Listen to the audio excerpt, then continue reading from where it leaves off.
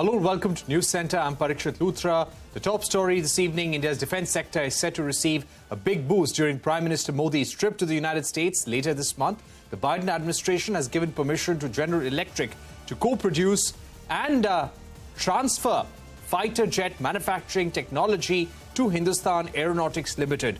Now, with this in-principle approval in place, final modalities are being worked out. The companies had entered into an agreement to manufacture jet engines in 2012. However, the deal did not materialize as the government wanted higher levels of technology transfer. The government has not announced a site for the co-production of jet engines as yet. However, HAL has an engine division in Odisha, and this could be one of the locations under consideration. Sources have also said that the nations are also likely to seal a reciprocal defense procurement agreement, among other crucial deals. Let me now go across to G. Mohan Kumar, former Defence Secretary. Mr. Kumar, thank you so much for joining us here on Newscentre. Let me begin by asking you, this deal has been discussed over the last 10 years. 2012 was when it was first agreed upon, but at that time, the technology transfer was around 50%. What improvements do you think have been made in this deal now that it has been agreed upon in principle? Good evening, and thank you for having me on the program. It's indeed very heartening to hear that this agreement, this program is coming through, this manufacturing and transfer of technology. See, I do not know anything about this 50% of transfer technology, which was negotiated in the past. But even today, the details are still yet to be known. So I won't be able to comment on the degree of transfer of technology that is going to happen.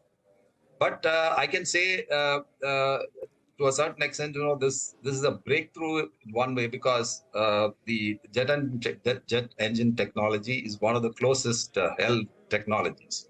And it's very rarely that people, other countries get access to this. And many countries there are not many countries who have mastered this technology. Even China is struggling with it. So it is a prima facie. I think this itself is a very good breakthrough for India, because at least the US has agreed to cooperate with India on the manufacture of these engines. Right. Mr. Kumar, when it comes to serviceability of fighter aircraft, how concerned were you about serviceability at your time? And once this agreement between GE and Hindustan Aeronautics is operationalized, how will this help in improving the serviceability of our fighter aircraft?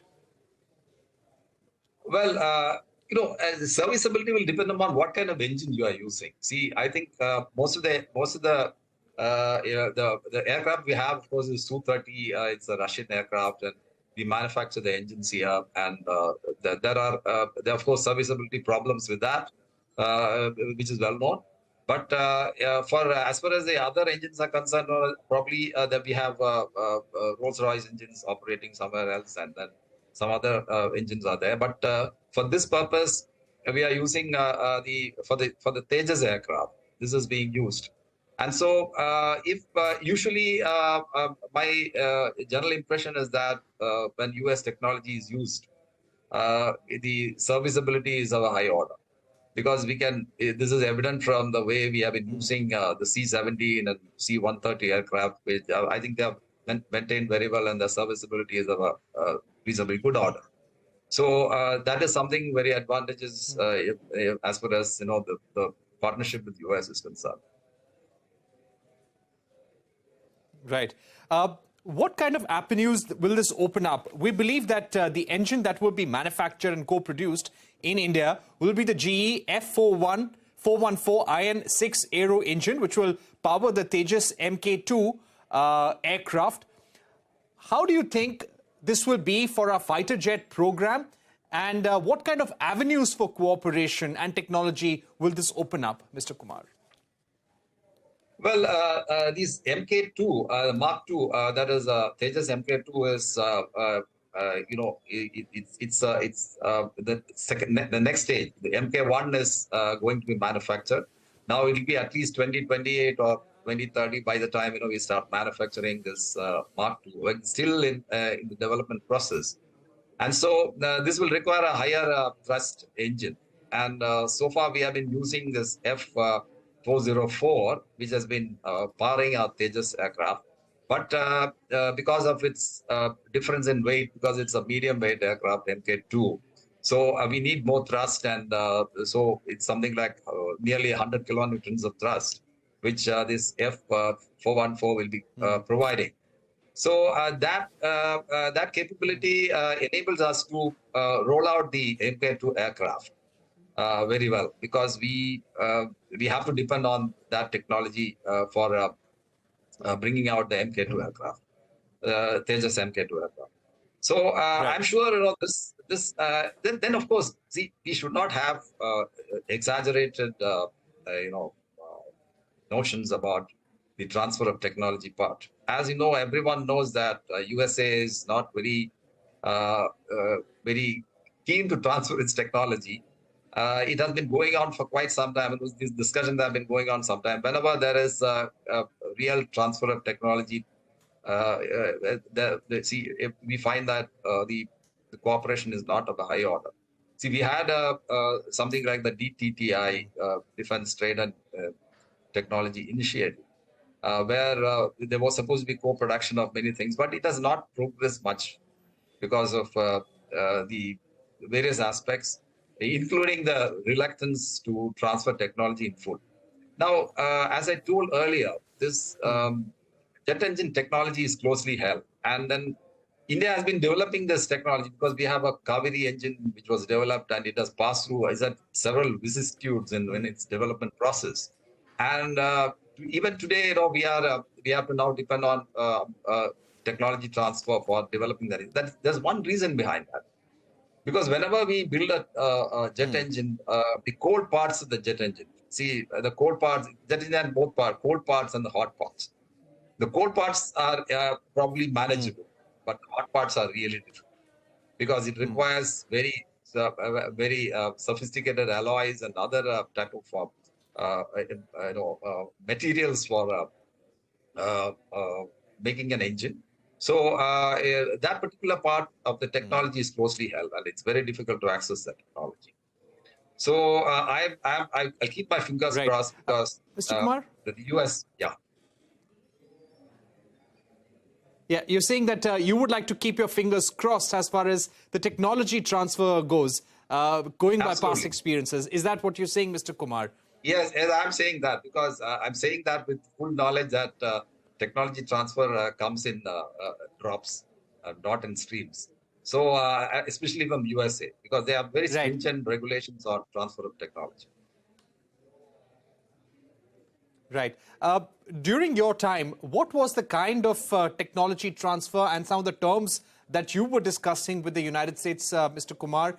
Will this be a royalty that we'll pay per engine, or will this include a one-time payment that India will make to the United States? Also, where could these possibly be produced by HAL? What will this mean for HAL as India's defense manufacturer? What will this mean for our private sector as well? Well, as I said, the details of the technology transfer agreement is I'm not privy to that. And then there was what was originally happening was we wanted more technology transfer to come in. In fact, I won't be able to say much more than that, because that the technology transfer that was envisaged earlier, probably we felt that was not sufficient, and we wanted more transfer of technology. So probably there is something has happened. I hope for the best, because if it has really happened, it's good for the country. But still, I would like to see it really happen before I feel happy about it. So the transfer of technology part is it's something which we need to carefully watch, and it also depends upon how we negotiate. Right. Because Finally, yeah, please. Yes. Finally, Mr. Kumar, we've run out of time, but India is also negotiating a security of supply arrangement and a reciprocal defense procurement agreement. How would these be important as far as the supply chain of defense equipment, defense components, and also these aero engines go? Well, aero engines, as you said, there will be a large number of component manufacturers. And it's actually, the HAL's job is to put together all these, components together and then manufacture the aircraft. So the closely held technology, those parts, they'll be coming from the vendors who are currently, in collaboration with GE. And so when that happens, it's very unlikely that GE will give up those vendors and come to India to get new vendors for those parts.